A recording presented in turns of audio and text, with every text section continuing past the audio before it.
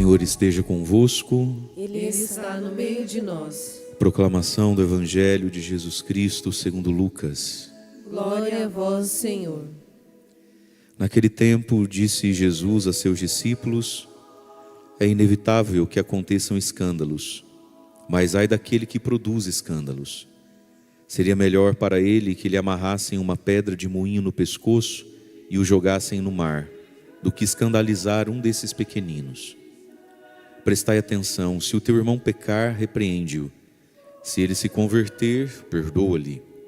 Se ele pecar contra ti 7 vezes num dia, e 7 vezes vier a ti dizendo: estou arrependido, tu deves perdoá-lo.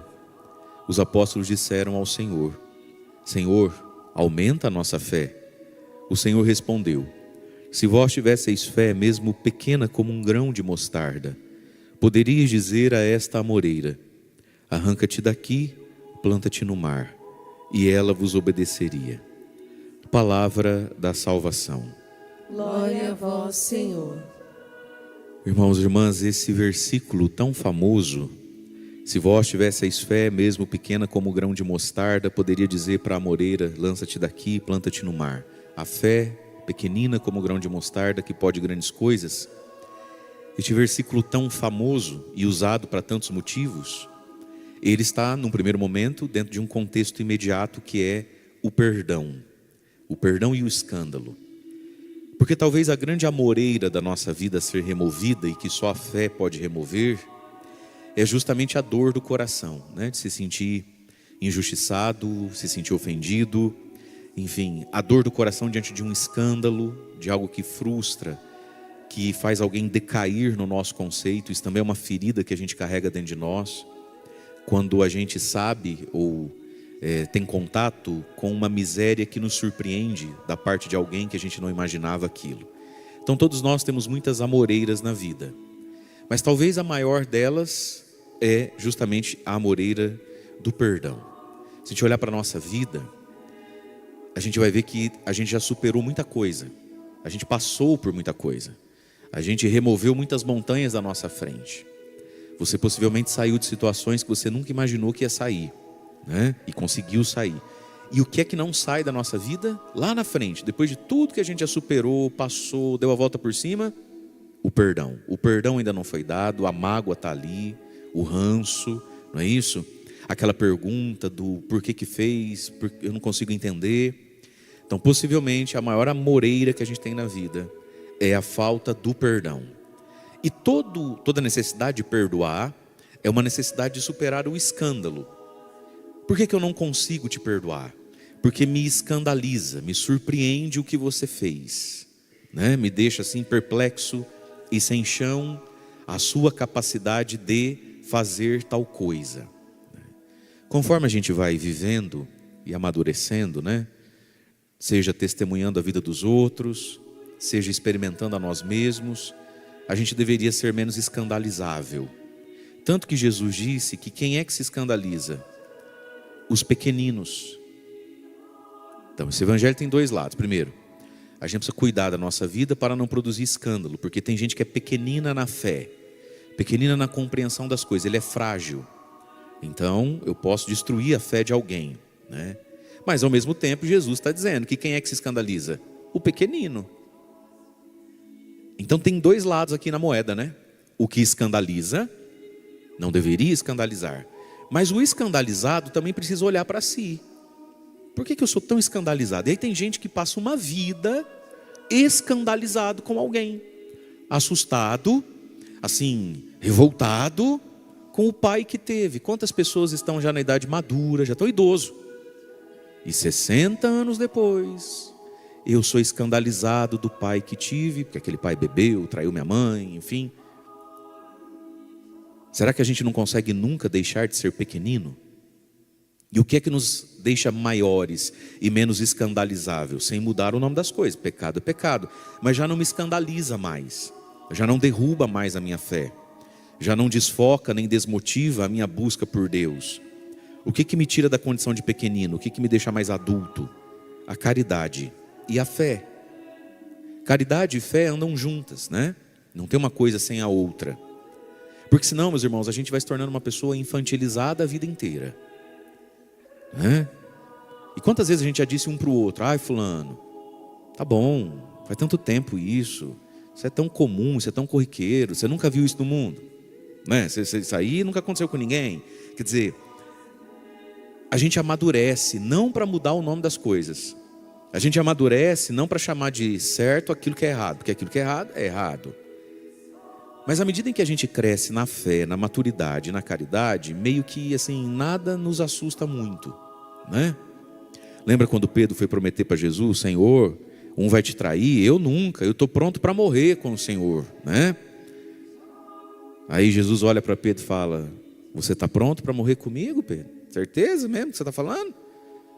Hoje ainda, antes de você dormir, do galo cocoricó, você já vai ter me negado 3 vezes. E Jesus não falou aquilo escandalizado. Jesus era maduro na caridade, na fé, na experiência humana. E aí quando Pedro o trai e o galo canta, diz Lucas, e Jesus olhou para Pedro e não olhou com: o quê?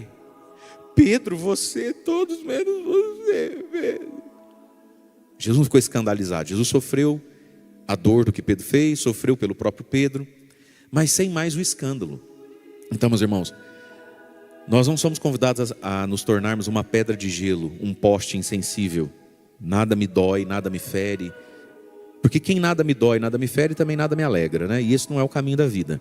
Mas nós precisamos nos tornar pessoas maduras. A gente precisa conhecer o ser humano. E a gente conhece o ser humano olhando, vendo e experimentando a si mesmo. E aí nós saímos da condição dos pequeninos escandalizáveis. Porque a vida, a fé pede isso de nós. O ser humano, ele é falho. Todo ser humano é falho, está na Bíblia. Maldito o homem que confia no homem, no humano. Bem-aventurado aquele que deposita tudo em Deus, porque o humano é falho. E todo ser humano é falho, inclusive aquele ser humano que tem grandes qualidades, aquele ser humano que tem grandes talentos, aquele ser humano que tem um grande chamado, ele também é falho. E aí a gente fica rasgando as roupas, né? Assim, rasgando as vestes, às vezes de um jeito que parece até infantil, de esperar que o humano que está no outro, porque tem lá as qualidades que tem, virou um anjo, virou um ser etéreo, incapaz de sentir ou de praticar coisas erradas. Todo ser humano é capaz das coisas erradas. Mas aí vem a responsabilidade também, né? Jesus disse: inevitável que aconteçam escândalos, mas ai daquele que produz escândalo. Escândalo do grego, escândalo, é o nome que se dá, né, para as pedras muito pequenininhas, nas quais se tropeça, arranca o tampão do dedo ali, né? A unha do dedão só para trás. Então veja, ninguém tropeça numa rocha, né? Ninguém tropeça em parede, é na pedrinha. E o que essa pedrinha tem o poder de fazer? E aqui que está o sentido, né, de escândalo. Escândalo é aquilo que fere o nosso passo. Eu estou andando, estou indo rápido, estou indo feliz, aí eu chuto uma pedra e a unha do dedo vem para trás, assim. Agora eu vou para frente ainda, mas vou mais devagar, vou com dor, vou mancando. Isso é o escândalo, é aquilo que me tira a alegria, é aquilo que me tira a paz de fazer o caminho da fé. Então Jesus diz: ai daquele que produz escândalo, melhor até seria pular no mar com uma pedra amarrada no pescoço do que escandalizar um dos pequeninos. Mas aí de imediato Jesus ensina o perdão, porque tem algo aqui, meus irmãos. Para ter um escândalo tem que ter o pecado, tem que ter a incoerência. Mas alguns escândalos, Jesus diz, ai daquele que produz escândalos. Alguns escândalos são de verdade parceria. É o pecador com o seu pecado, mas é a raiva de alguém junto. Alguém pegou aquele pecado e não perdoou aquele pecado. E veja, Jesus vai falar do perdão de 2 níveis aqui. Se o teu irmão pecar, repreende-o. Se ele se converter, perdoa-lhe. Então às vezes eu tenho acesso ao seu pecado, e que é um pecado que não necessariamente é contra mim. Inclusive, eu posso pegar o seu pecado, e o seu pecado que às vezes não é contra mim, ele me escandaliza, ele me revolta, ele me fere. E o que eu vou fazer com esse pecado? Eu vou até você te corrigir, já te perdoando, ou eu vou pegar o seu pecado e jogar num ventilador para escandalizar todo mundo? Muitos escândalos eram de foro interno e íntimo. O escândalo, quem produz o escândalo? quem também leva o pecado para frente, porque não consegue perdoar. Está sabendo da fulana? Está sabendo do fulano? Aquilo entra na pessoa e a revolta, e a fere, não sem motivo. Mas o que a gente faz com aquilo que nos fere, num primeiro momento, que às vezes nem é necessariamente contra você mesmo. É uma situação que você está sabendo. Dentro da igreja, dentro da sua empresa, dentro da sua família. Não é necessariamente contra você, mas te revolta aquilo. Jesus diz, se o teu irmão pecar, corrige o teu irmão. Dá um destino para o teu escândalo interior, porque senão o teu escândalo vira o escândalo de todo mundo. Precisava todo mundo saber? Não precisava todo mundo saber. E aqui tem um ponto, meus irmãos. Aquilo que ninguém sabe, Deus sabe e vai julgar. A Bíblia diz assim, porque a ira do homem, a fúria do ser humano, não realiza a justiça de Deus. A gente de algum modo quer a justiça de um modo visível. Então eu fico sabendo do seu pecado, aquilo me escandaliza, me revolta, me fere. O que eu quero? Eu quero uma justiça, eu quero que o ser humano realize justiça sobre aquilo ali. Porque nos dá um quê na cabeça? Como assim? As pessoas têm que saber que ele papapé, que ela papapá. Veja, se morrer sem ninguém saber, se morrer com fama de santo, Deus sabe todas as coisas. E Deus realiza justiça no seu julgamento. Então vamos lá. Se o teu irmão pecar, você tem duas opções. Pegar a miséria dele, escandalosa, e ajudar aquele escândalo a ficar escandalosão. Ou você pode perdoar aquilo, resolver aquilo com o irmão ou com quem é diretamente interessado naquilo. Aí Jesus vai dar o segundo passo. E se o teu irmão pecar contra você, então aqui é o segundo momento daquilo que me escandaliza. Tem coisa que me escandaliza e nem é contra mim, mas é contra o meu senso de coerência, de justiça e tudo mais. Mas tem um pecado que é contra mim mesmo, né? Foi contra mim que você fez. E se o teu irmão pecar contra você 7 vezes num dia, 7 vezes te dizer estou arrependido, tu deves perdoá-lo, ao invés então de fazer isso ser o escândalo de todos. Portanto, o escândalo tem gente, mais de uma pessoa envolvida. É o pecado do pecador, mas é também aquele que faz aquele fato ser de todos, precisa ser de todos, convém que seja de todos, anima a quem que aquilo seja de todos.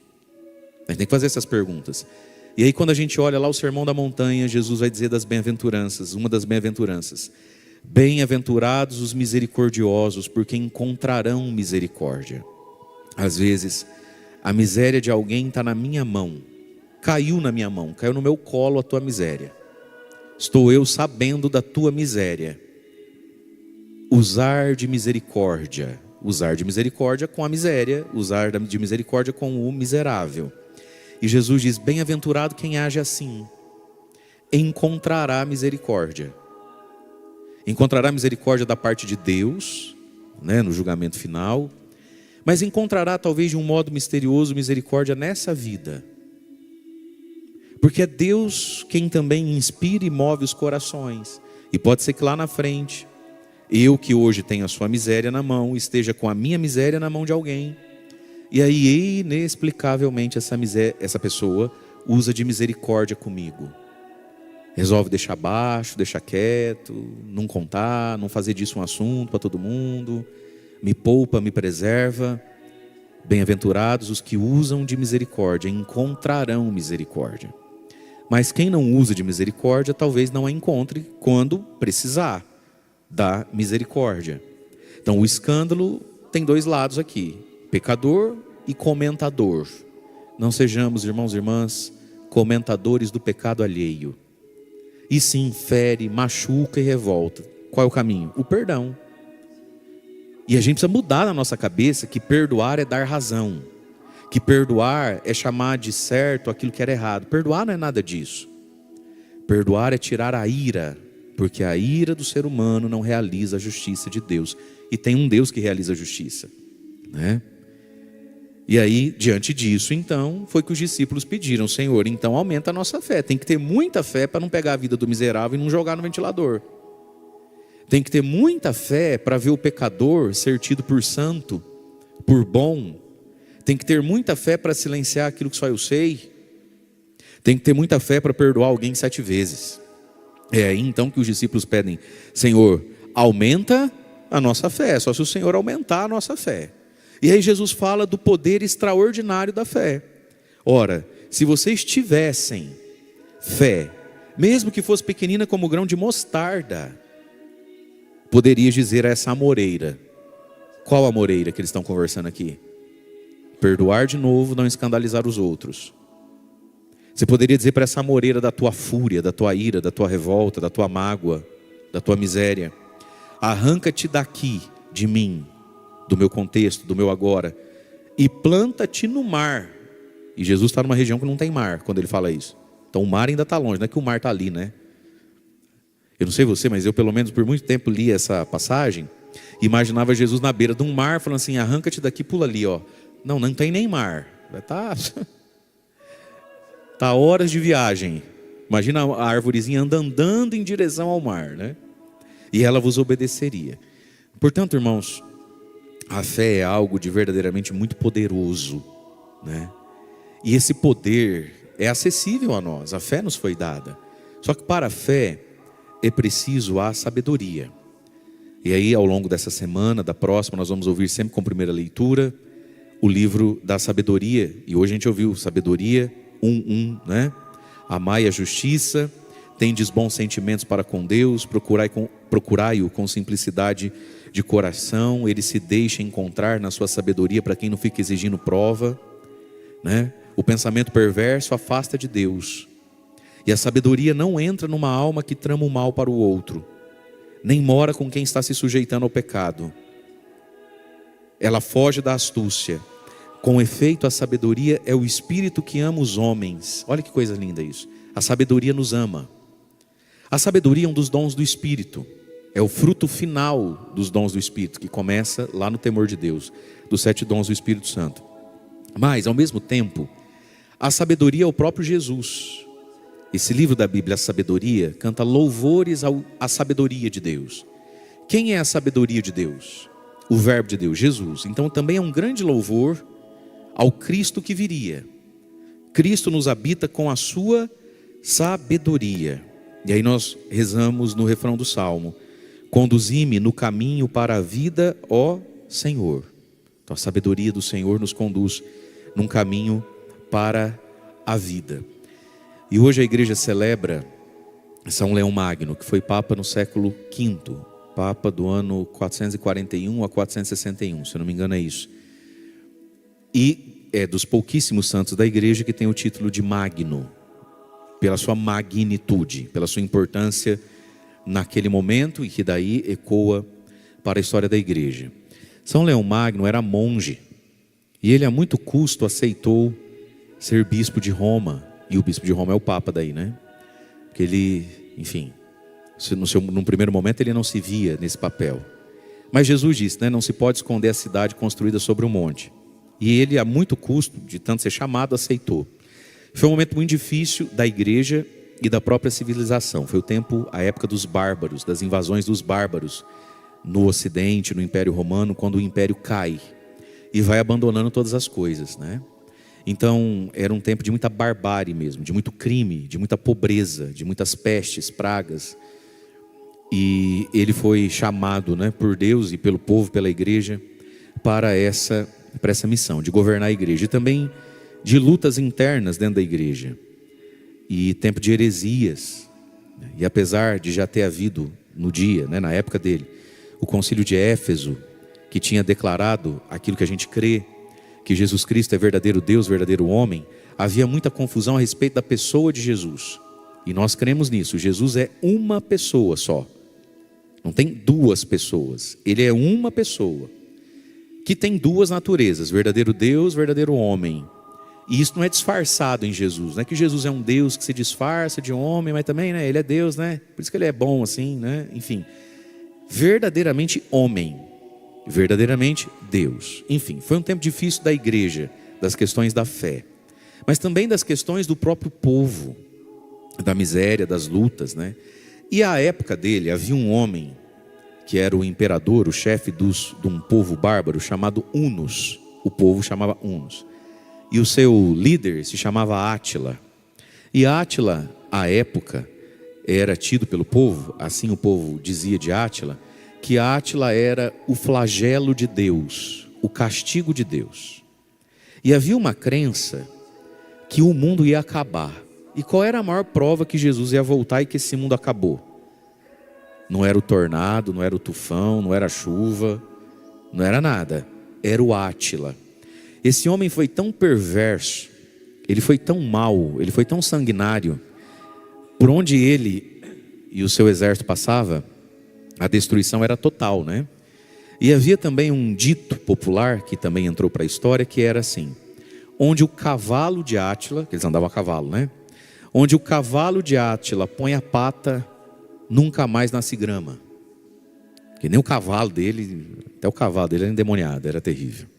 Então Átila era o flagelo de Deus. E o povo, quando ia sabendo das notícias, e Átila foi invadindo o império, e por onde passou, matou, tacou fogo, produziu a carnificina.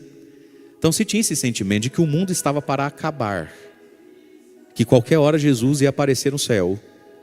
E qual é a certeza disso? Esse cara aí.